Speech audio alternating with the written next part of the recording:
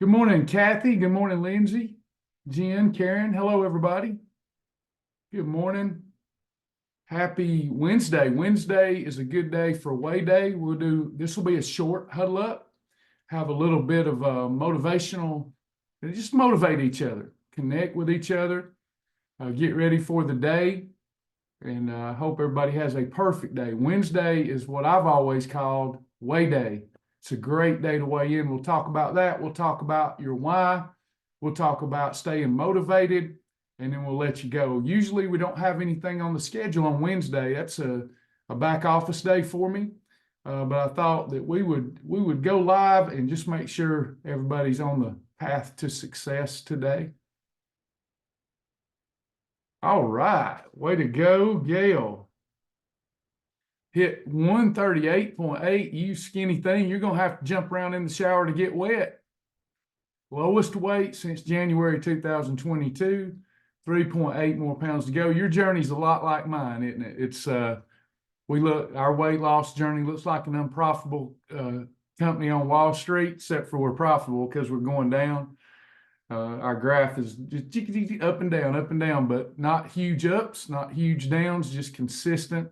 I love it, Gail. Great job. Hello, Melissa. Hello, Karen. Hello, everybody. Big day in the back office today to get a lot of things done. We'll be reaching out to our partners as soon as we can. Deanna, 149. Great job. Miss Leona is in the house. Always great to have Leona. Cindy Walters in the house. Outstanding. Good stuff, everybody. Good stuff. Got Sherry Baxter. Good to have y'all. Kathy. All right. Good morning, everybody. Good morning. We'll leave this in here. Wednesday is a great day to weigh in. Wednesday's Weigh Day. Now, I have to confess, since I have been a teenager, I have been weighing on those bathroom scales many times every single day. It used to drive me crazy, but I didn't understand how my body worked. I thought that if I worked really hard, the next day the scales should show that I went down by 5 pounds. And it just does not work that way. We tackle that in so many classes and explain why it doesn't work that way. In fact, you can be losing weight, you can be losing body fat, and the bathroom scales show that you're up, because you might be retaining a little fluid, you might be retaining to the glucose that's attached to that fluid, so that you can have some confusing moments on the bathroom scales. You can't let those scales dictate your effort today or tomorrow or the next day. They are a liar, and the truth is not in them. Those scales, if you're weighing each day, multiple times each day, it's a great tool if you don't let it dictate your response or your mood or your state of mind.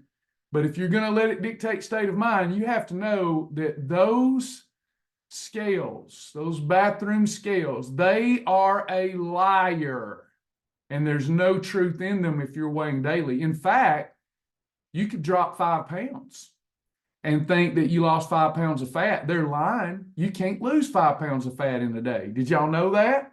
There's no way. You would have to be in a 17,500 calorie deficit to drop 5 pounds in one day. Not going to happen. And it's no different. You can't gain 5 pounds of fat in a day. You'd have to eat a surplus of 17,500 calories. So those scales can be confusing. That's why we have a lifestyle, a practical, sustainable lifestyle that we do on the good days, the bad days. We do not let the scales dictate our response, our effort, our state of mind. We need to just tell them, look, you're a liar. I'm using you as a tool to see how my body reacts to certain foods. That's all that I do now. But it used to just tear me out of frame. I'd get so upset and quit. I'd throw my hands up in there and just say, I quit. This isn't working. I worked so hard all week, and I was only down 3 pounds. And then I had one hollow meal to stimulate my metabolism at the Waffle House, and I was up 5. And it could be so disturbing.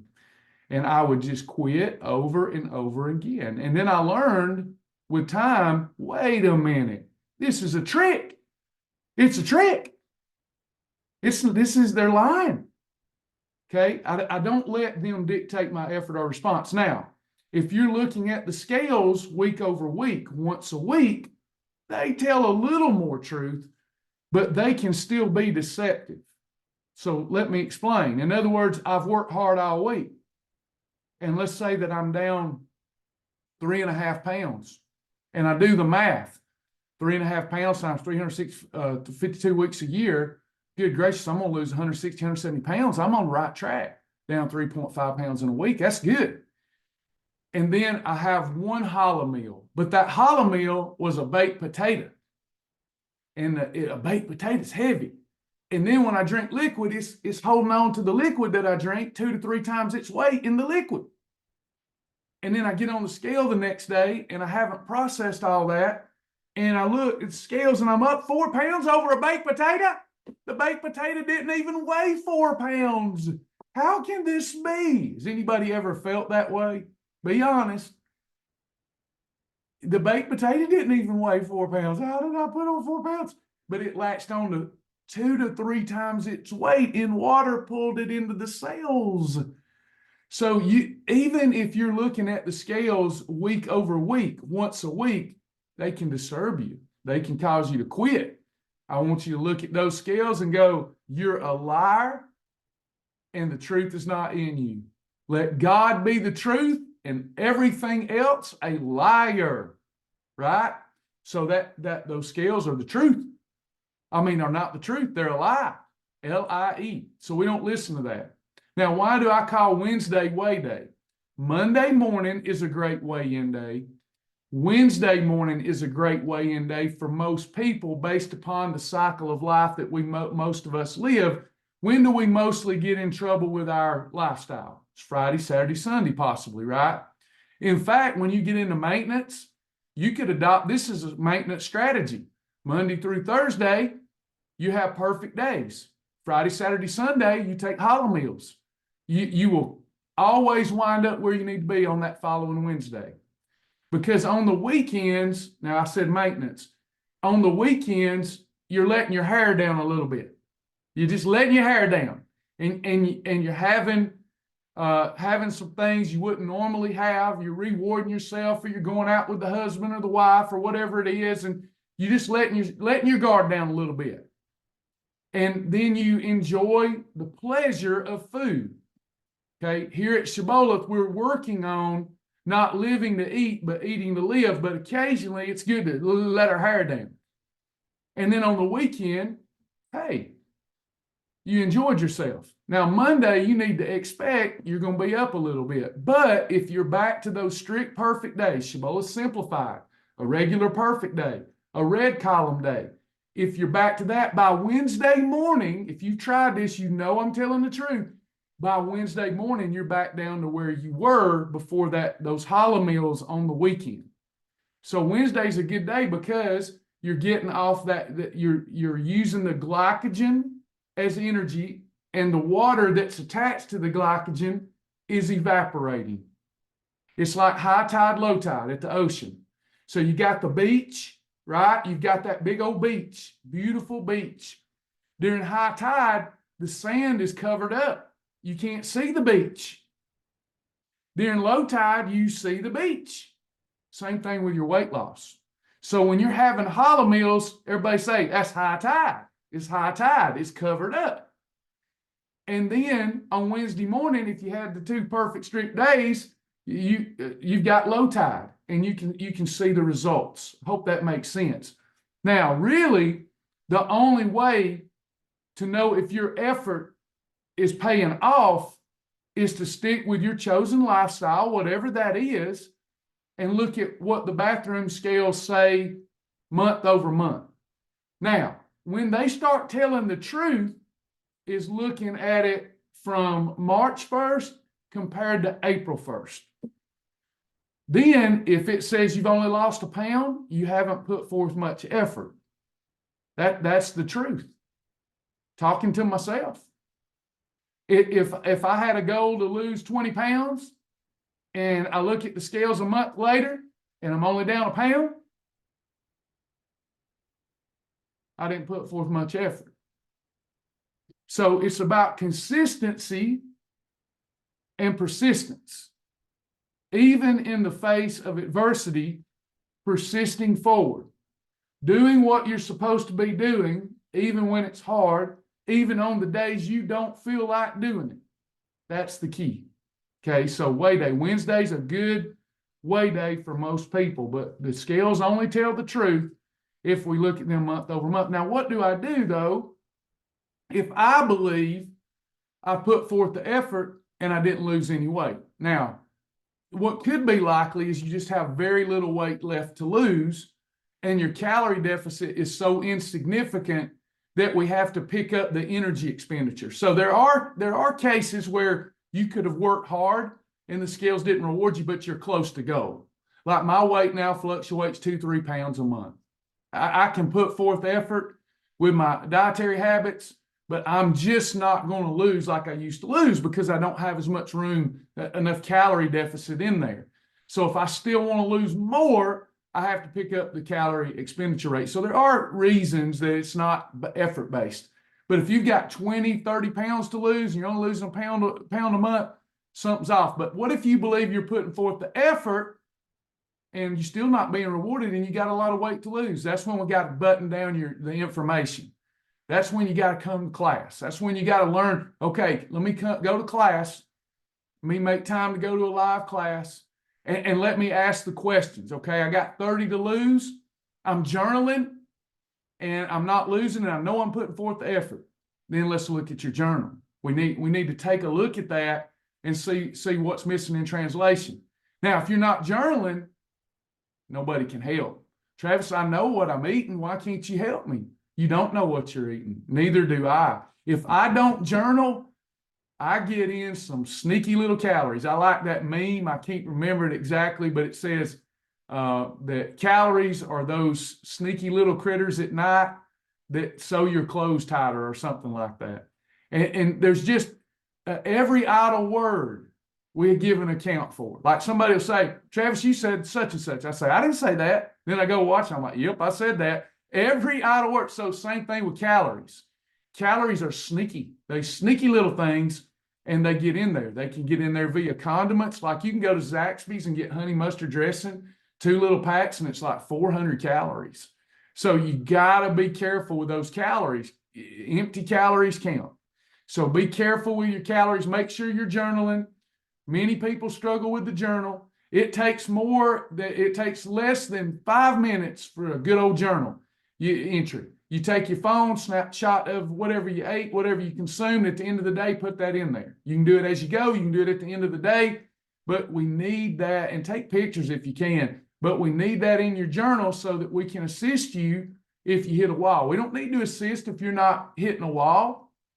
But when you hit that wall and you think that you're doing everything right, but what if I'm not doing everything right? Then we got to work on our why. Your why has to be greater than temptation for you to be successful. And one more thing, neuro-linguistic programming. Learn it. Neuro-linguistic programming. Listen to Tony Robbins.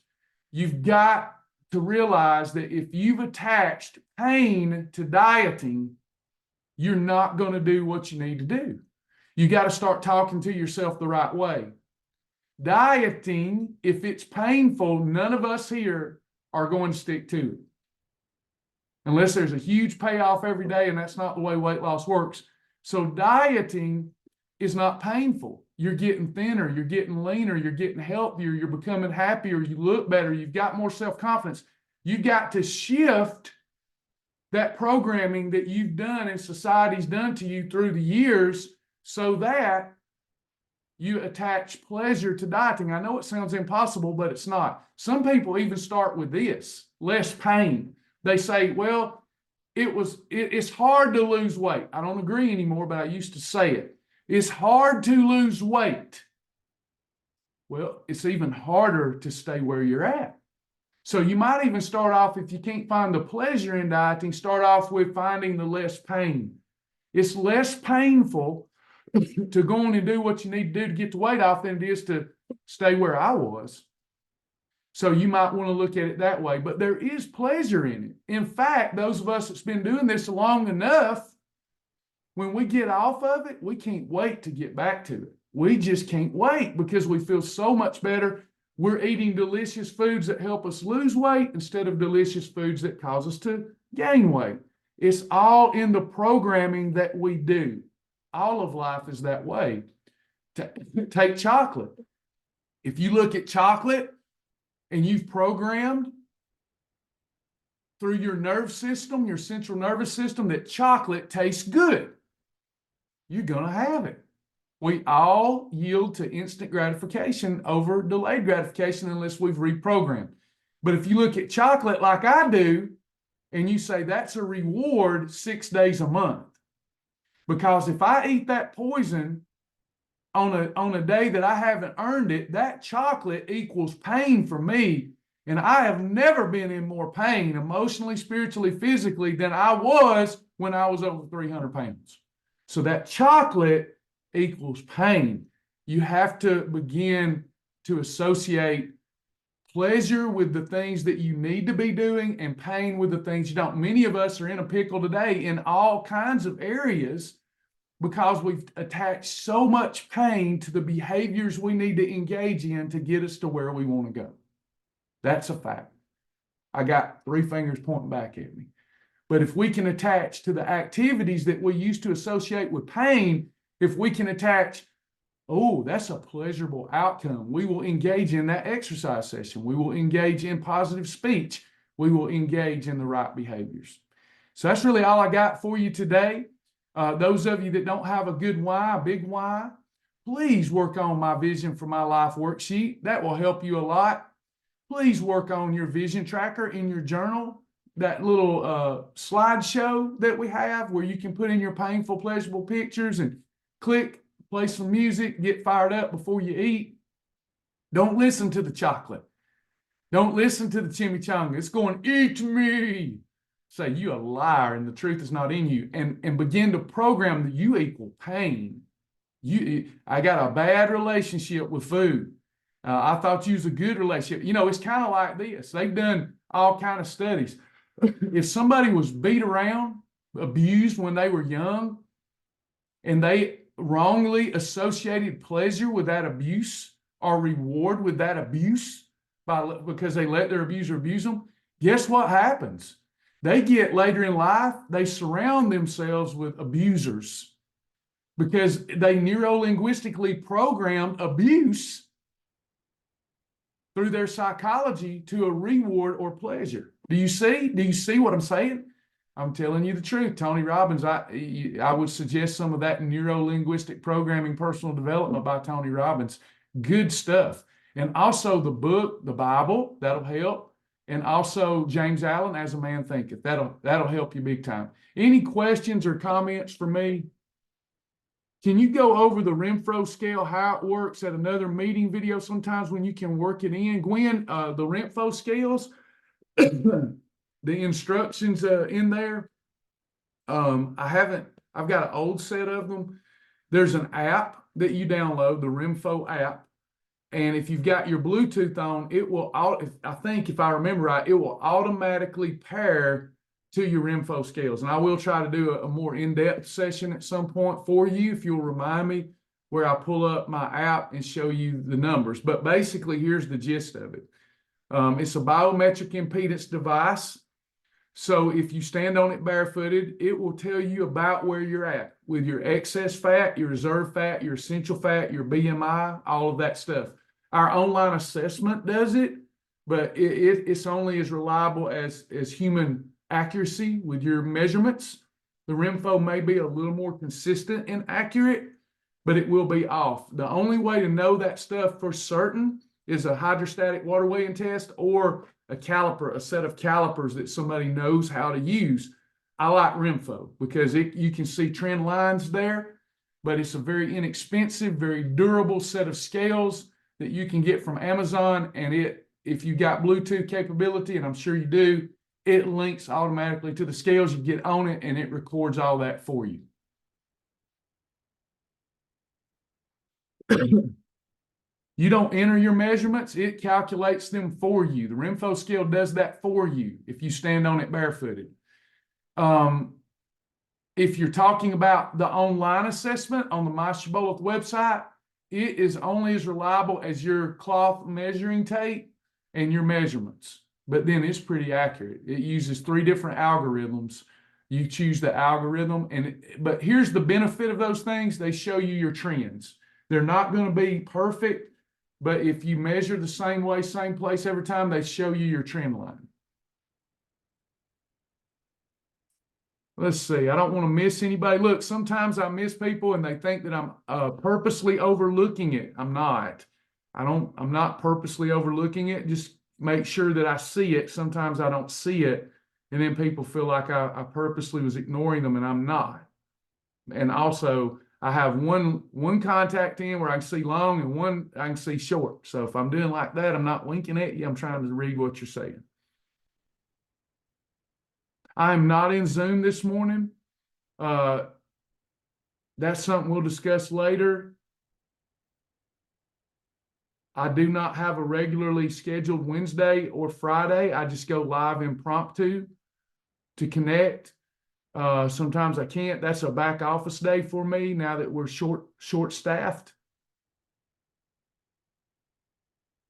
I hope I didn't miss anything. Any questions before I go?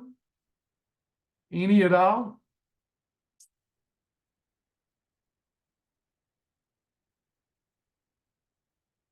Everybody good? All hearts and minds clear? Come on. Got my wink going. I used to be bad about that. That would get me in trouble. I don't, you have to be careful nowadays. I'd go, and now I'm like, oh, can't do that no more. Times change. Bye, Lindsay. All right. I hope that was helpful.